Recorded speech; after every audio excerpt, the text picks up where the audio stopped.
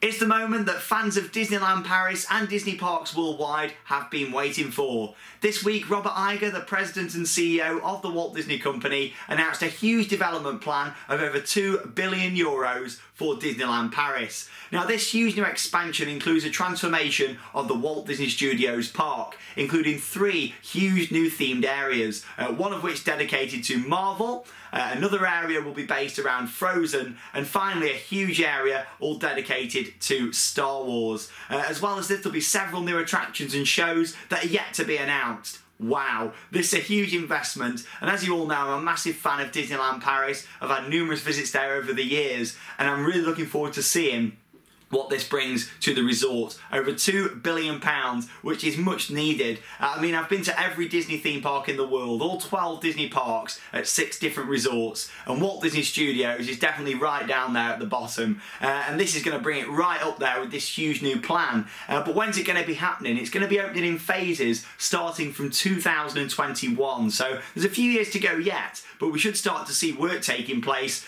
quite soon, really. I'd imagine we'll start to see bits of shuffling around in the park and groundwork taking place. But obviously this is a huge announcement, so I'm going to break it down in different stages, and let's talk about what we can see in the concept art. So here we go. Here's a look at the main concept image. There it is on your screen of what's happening to Walt Disney Studios Park. Wow, you look at that, and as you can see already that the park's going to be doubling in size with this huge new development. But I'm going to talk about it in more detail, going through all the different areas with this. So we'll start off by looking at the entrance to the park. Front lot looks like it's going to be staying the same. I really like the front lot area of Walt Disney Studios. You got the fountain in the middle, all the nice buildings and things. That looks like it's going to be staying. But from that point on, that's where we can start to see a few changes. If you look in detail at Studio 1, which is the entrance area to Walt Disney Studios, as soon as you come off front lot, you're going to an indoor building, which is like your main street, so to speak, of Walt Disney Studios. You head into there, there's all different facades, shops, restaurants. That looks like we're going to be seeing some changes there. As you can see, there's like a new front on that, and they've also taken the one off the top, meaning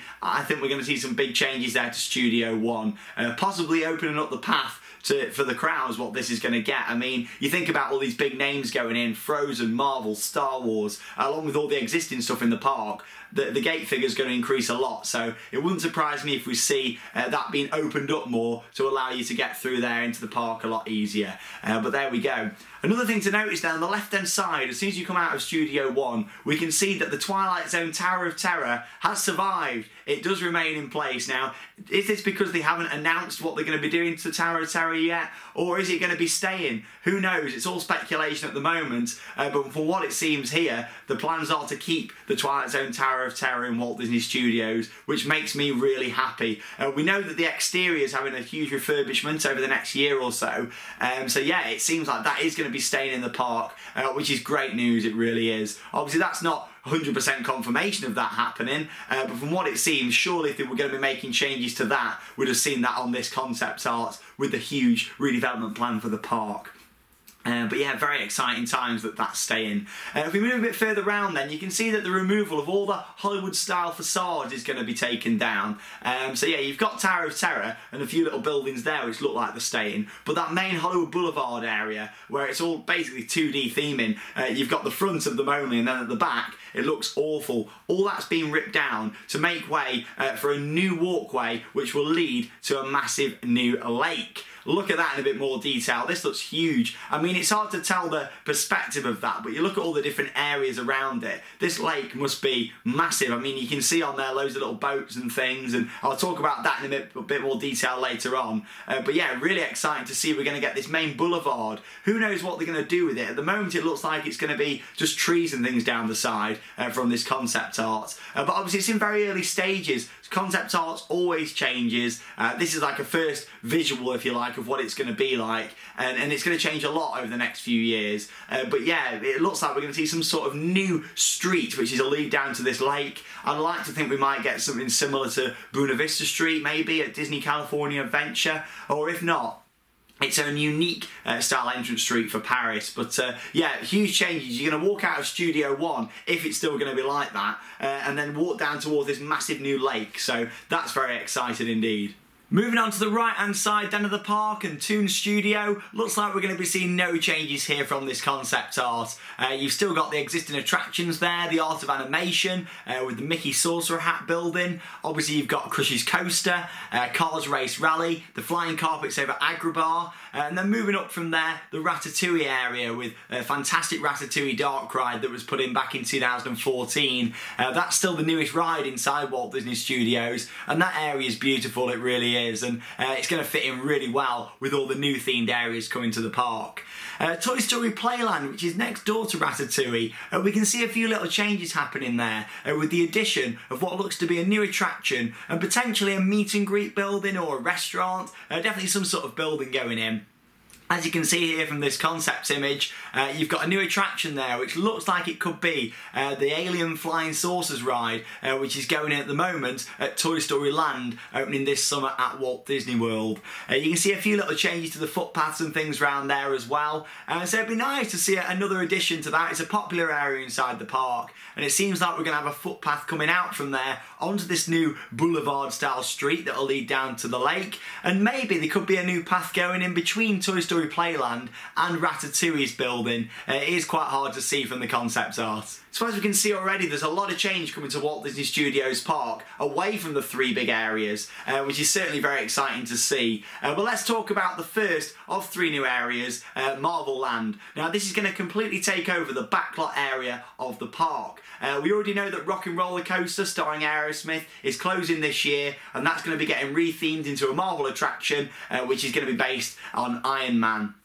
We know that already. We've seen a concept image from that, which I'll show you now on your screen, and that's certainly very exciting to see. As much as I'm quite sad we're losing Rock 'n' Roller Coaster, I'm more than happy to see the whole of Backlot getting some changes. I wasn't a big fan of it. It was a tarmac floor, random bits of theming and stuff everywhere. Never really made sense to me, so I'm looking forward to seeing this fresh Marvel area. I think it'll be really nice to see for the park. Rides and attractions in there, which we know are going to be closing or getting rethemed as part of this. Armageddon, that will be closing or getting upgrades. We'll see Motors Action Stunt Show Spectacular. Now that's an interesting one because on the concept image it looks like it could be staying but getting rethemed as something else. But again, that's just speculation. It could just be a show building, but it looks the same as the seating there, the grandstand. So again, we know that some changes are going to be coming to that. The Celebrity Restaurant and the Blockbuster Cafe, we know that those are going to be getting changes because they're right in the heart of Marvel Land. And the same with Disney Junior and Stitch Live. They sit on the corner here of this Marvel area, so it'd be interesting to see what happens to those. We can assume they're going to be getting rethemed or turned into something else, so well worth keeping an eye out on all those over the coming months to see what changes and things happen there as we move forward with the construction. To me, it seems like the Marvel Land's going to be the first thing we see complete out of this overhaul. Again, that's just me speculating, but the fact we already got a Marvel stunt show coming into the old area that was home to Cinemagique, and we've got the rethemed Rock 'n' Roller Coaster starting from later this year, I think, you know, that's going to be the first area they're going to focus on. But who knows, we could see all of it starting to spring up quite quick. But Marvel Land's definitely the one what can be changed easiest because of the existing buildings in the area. So yes, what else is going to be happening then? So we know about Marvel Land on the left of the park, we know about the changes to Toy Story Playland, and of course this main street which is going to lead down to the lake. Let's talk a bit more about this lake and what we can work out from it. So what we can see here is a total removal of the Studio Tram Tour behind the Magic. Now, to be honest, I always liked it as a kid. I would have liked for it to have stayed, and when they shut the version at Hollywood Studios in Florida, it would have been nice if they'd have brought all that theming over, all them props and set pieces, and put them around it. However, I'm not complaining for them opening two big new areas at the back where that was, and this used lake. So this lake is going to be pretty much in the centre of the park, and it's hard to get an idea on the scale of it at the moment. I'm thinking it's more going to be the sort of size of the lake around Paradise Bay, which is in Disney California Adventure. I don't think it's going to be a massive lake, say like the Seven Seas Lagoon or something like that at Walt Disney World, or the lake in Epcot around World Showcase. I don't think we're going to be seeing anything that size, but I do think it's going to be a considerable size because you think about the areas around it. If you're having Star Wars and a Frozen Land and other bits, potential future expansion around it, they're going to want it to be a decent size so the areas don't all clash. So that's going to be interesting to see just how big this lake's going to be.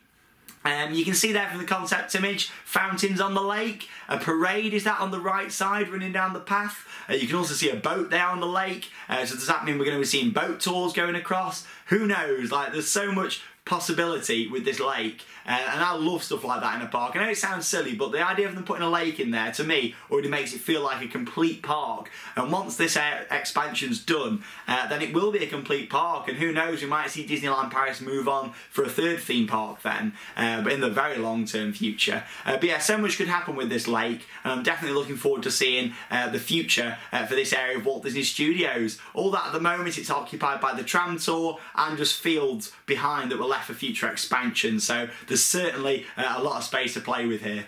Now, probably one of the most exciting parts of this development for Walt Disney Studios for many people is the addition of Star Wars Land. Now, we currently don't know if this is going to be the same as Galaxy's Edge, which is Star Wars Land that's being built at the moment at Disneyland Resorts in California and also at Hollywood Studios at Walt Disney World in Florida. Yeah, like I said, we don't know if it's going to be an exact copy of Galaxy's Edge, but from looking at the concept image, it's going to be similar, and it's definitely going to be a huge area. How many big attractions are going to be in there? We don't yet know. Obviously, it's all at a very early stage, and I look forward to seeing the concept art in a bit more detail for each of these areas in due course, really, in the future. We know it's happening, so we know that we're going to get to see some more details on each area in the coming years. But yeah, we can presume it's going to be similar to Galaxy's Edge.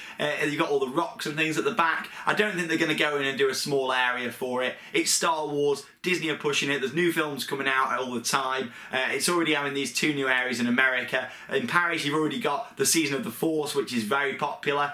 So yeah, I definitely think we're going to see a huge Star Wars land. It's not just going to be some smaller thing. I think it will probably end up being Galaxy's Edge, or who knows, it might be a different version for Paris of Galaxy's Edge. So very exciting to see Star Wars Land. At the moment, details we don't know a lot about, but we know it's coming, and it's going to be on the left-hand side of that lake, so kind of behind the Twilight Zone Tower of Terror and Motors Action Stunt Show Spectacular, as it's known at the moment. It's going to be on that piece of land from what we can make out.